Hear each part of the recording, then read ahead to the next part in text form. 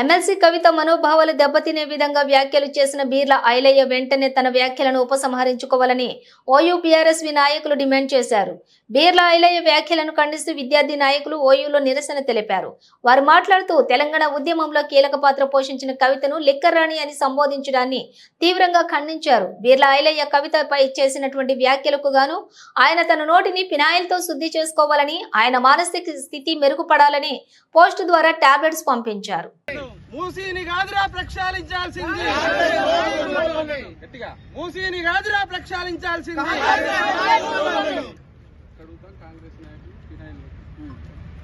కడుతాం కాంగ్రెస్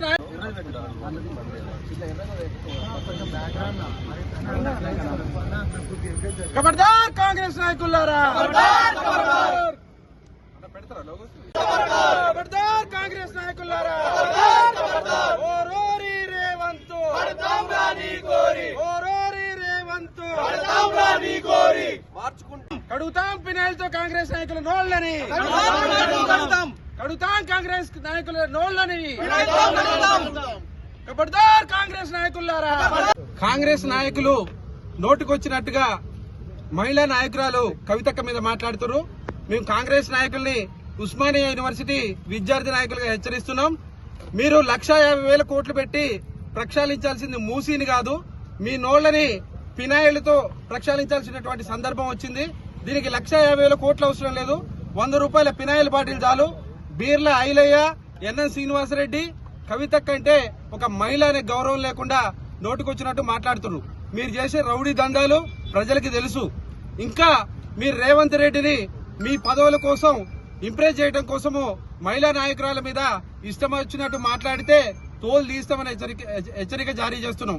బీర్ల ఐలయ్య, నీ నోరు ఈ ఫినాయిల్ బాటిల్, మీ మానసిక పరిస్థితి కూడా బాగలేదు కాబట్టి మీకు మెడిసిన్ కూడా ఇలా ఉస్మానియా యూనివర్సిటీ పోస్ట్ ఆఫీస్ ద్వారా కొరియర్ చేస్తాము. ఈ మానసిక పరిస్థితి మంచిగా అయిన వరకు కూడా ఉచితంగా మందులు వాడి మీ మానసిక పరిస్థితి మంచిగా అయిన తర్వాత మీరు రాజకీయాలు చేయాలని కూడా హెచ్చరిక జారీ చేస్తున్నాం. నిన్న సోనియా గాంధీ ఏమో మహిళా నాయకురాలని చెప్పి డబ్బాలు కొట్టుకుంటా విగ్రహాలు పెడతారు, మరి సాటి కవితక్కనేమో లిక్కర్ రాణి అని చెప్పి నోటుకొచ్చినట్టు మాట్లాడుతున్నారు. మీ దందాలేంది? సోనియా గాంధీ నేషనల్ హెరాల్డ్ కేసులు లేదా? రాబర్ట్ వద్రా కేసులు లేడా? ఇలా సాక్షాత్తు మీరు ఎవరినైతే ఇంప్రెస్ చేద్దాం అనుకుంటున్నా మీ ముఖ్యమంత్రి మూటలు మోసి ఓటుకు నోటు దొంగ కాదా? మేము ఖబర్దారు చెప్తున్నాం. నీ నోటుకు వచ్చినట్టు గినక మాట్లాడితే గినక మీ నాలుకలు చీరేస్తాం. మహిళలంటే తెలంగాణ సంస్కృతికి సాంప్రదాయాలకి ప్రతీక.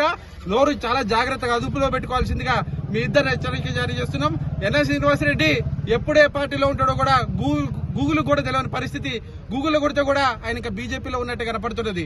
ఈ రౌడీ రాజకీయాలు, ఆశ్రమాల పేరు మీద మీరు చేసిన దందాలు మొత్తం చిట్టాలు మా దగ్గర ఉన్నాయి. మా నాయకురాల మీద మాట్లాడేటప్పుడు మాత్రం ఒళ్ళు జాగ్రత్త పెట్టుకోండి.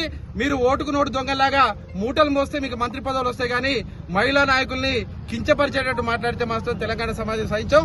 ఖచ్చితంగా కూడా మీ కొరియర్ లో ఈ ఫినాయిల్ బాటిల్లోనో ఇంకా అవసరమైతే ఇంకా తీసుకుని కూడా పెద్ద ఎత్తున కొరియర్ చేస్తాం.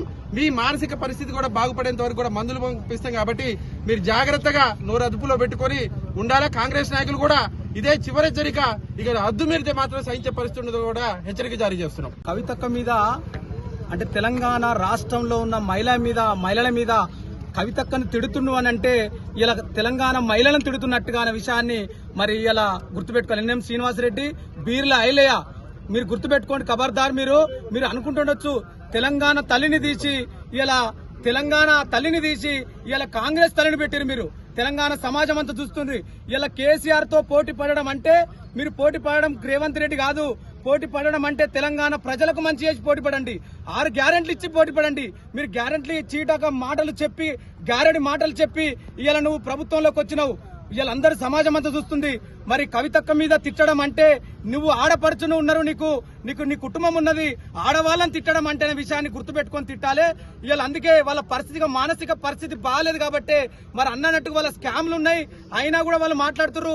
వాళ్ళ మానసిక స్థితి బాగాలేదు, వాళ్ళకు టాబ్లెట్స్ పంపిస్తున్నాము, మరి పోస్ట్ ద్వారా పంపిస్తున్నాము.